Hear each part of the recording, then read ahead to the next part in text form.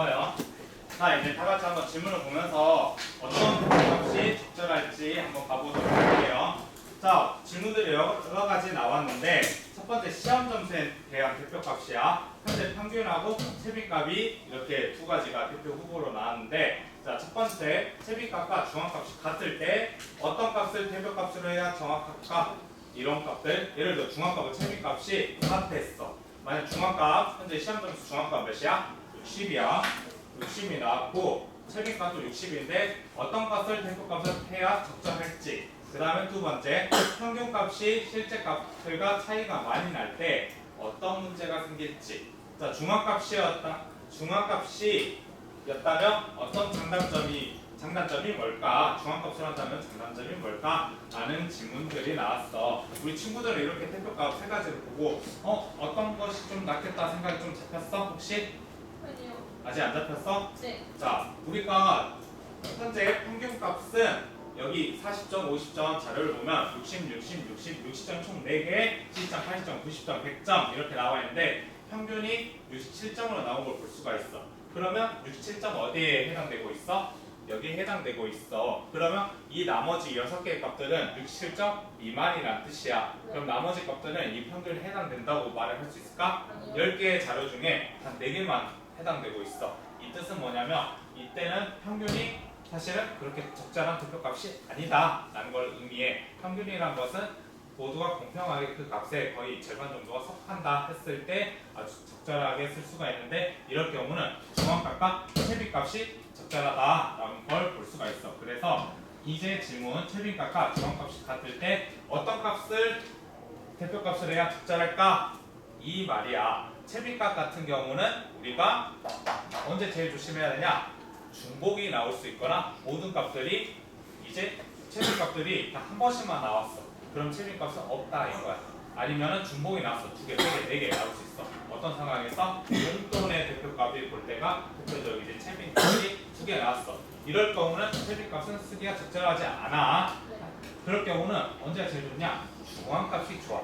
하지만 이렇게 두 가지 나오는 경우에는 둘 다 맞다라고 할 수 있어. 그럴 경우는 이제 내가 구하기가 정말 쉬운 방법, 이렇게 구하는 것도 아주 괜찮은 방법이다 라는 거야. 항상 그래서 우리가 대표값을 정할 때는 어떤 방법을 할지 고민해 보면서 정할 필요가 있다 이거야. 그래서 중앙값이라면 장단점이 뭘까? 사실 중앙값은 어디에도 쓰기 좋은 무난한 상태가 있어. 예를 들어 평균이 쓰기 어렵다면 우리에게 옵션은 뭐가 남아있는 거야? 중앙값과 채비값인데, 채비값 같은 경우에는 개수가 별로 빈도수가 많이 차이가 나지 않거나 아니면 여러 개가 나온 경우에는 좋지 않아. 그럴 경우는 항상 뭐가 남는 거야? 중앙값이 대표값을 정할 때 가장 무난해질 수가 있다라는 거야. 어디 용돈의 대표값도 한번 봐보도록 할게. 용돈은 보니까 자료가 2, 3, 4, 50 나왔어. 그렇기 때문에 평균을 말하지 않고 대부분 중앙값과 채비값에 대해서 이야기를 해본다 했어. 왜 그랬냐면 평균을 보니까 뭐가 있어? 50이라는 숫자가 있어. 평균은 우리가 극단적인 값이 존재할 때 평균을 쓰기가 어려워, 대표값으로. 그래서 중앙값과 채비값을 쓰고자 하는데 보니까 채비값이 이렇게 2개가 나왔을 때 둘 중에 어떤 것을 채비값을 해야 될까라는 고민이 생기기 시작한 게, 왜냐면 채비값이 2개가 나와버렸거든. 근데 채비값이란 거는 중복이 나올 수 있기 때문에 둘 다 이건 대표값이 된단 말이지. 그럴 경우는 우리가 이제 큰 고민을 하게 되지. 그러면 자, 우리가 중앙값도 구해봤어. 3이 나왔어. 그럼 다시 고민해보자. 중앙값도 3 나왔네. 채비값이 2, 3이 나왔네. 그럼 만약 내가 채비값을 고르고 싶어. 어떤 채비값에서 어느 부분을 대표값을 고르는 게 좋을까? 3. 그렇지. 이런 거야. 그래서 만약에 내가 채비값을 고르고 싶다면 다른 것들도 고려해서 어떤 게 대표적으로 쓸 수 있을지 많은 고민이 필요하다라는 거야. 그러면 중앙값과 평균을 비교했을 때 극단값이 많을수록 어떤 차이가 커질까라는 건데, 자, 그럼 평균 비교했을 때 극단값이 많을수록, 그러면 우리가 이제 여기 쏠린 숫자들 50, 100, 1000 막 이렇게 많을수록, 한마디로 극단값이 많을수록 그 자료를 대표하는 값들이 멀어지게 되는 거야. 그럴수록 우리가 극단값이 많아질수록 중앙값도 사실은 힘을 잃게 돼.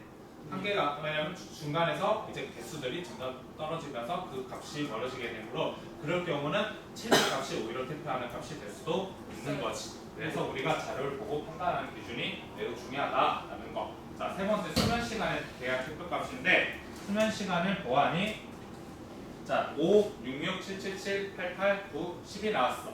그래서 우리가 중앙값을 구하게 되면 수면의 중앙값 몇 나왔니?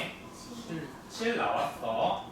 자, 그러면 여기도 똑같은 말이 되겠지. 중앙값과 최빈값이 7이 나왔는데 이때 평균값과 최빈값, 중앙값이 다 비슷할 때 어느 값을 대표값으로 해야 적절할까라는 거야. 수면시간 평균은 7.5시간 정도 나왔을 거야.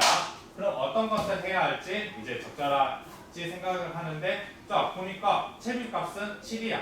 몇 개가 나왔어? 개수가? 10이에요. 3개 나왔어. 자료가 하나, 둘, 셋, 넷, 다섯, 11개 중에서 이제 2개가 나온 거지. 중앙값은 그 가운데 있는 숫자 나왔고 평균 7.5야. 7.5 하는 경우에도 자, 여기에 포함되기 때문에 7.5는 근접한 숫자다라고 볼 수가 있어. 그러면 친구들 생각에는 이렇게 평균값, 최빈값, 중앙값 비슷할 때 어느 값을 대표값으로 하는 게 좋을 것 같아? 평균값, 평균, 중앙, 최빈. 하지만 보면 평균은 살짝 다르긴 하지. 중앙값은, 최빈값은 똑같아. 중앙값, 최빈값.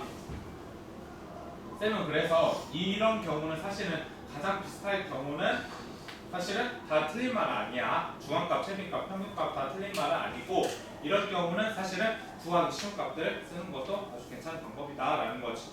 친구들 봤을 때는 이제 평균 구하는 방법은 전부 다 더하고 계산을 해야 되지. 아니면 중앙값과 최빈값은 중앙값은 이제 가운데 있는 값, 최빈값은 중앙값은 가운데 있는 값, 최빈값은 이제 눈으로 바로 봤을 때 가장 많이 나오는 값들 해서 이럴 경우는 다 비슷할 경우는 이제 가장 구하기 편한 값들 사용하는 것도 괜찮은 방법 중에 하나다라는 거야. 그럼 이제 정리를 한번 해보도록 할게요. 오늘 이렇게 한번 대표값도 이렇게 세 가지 기준으로 해서 정해봤는데 가장 중요한 걸 볼 수가 있었어.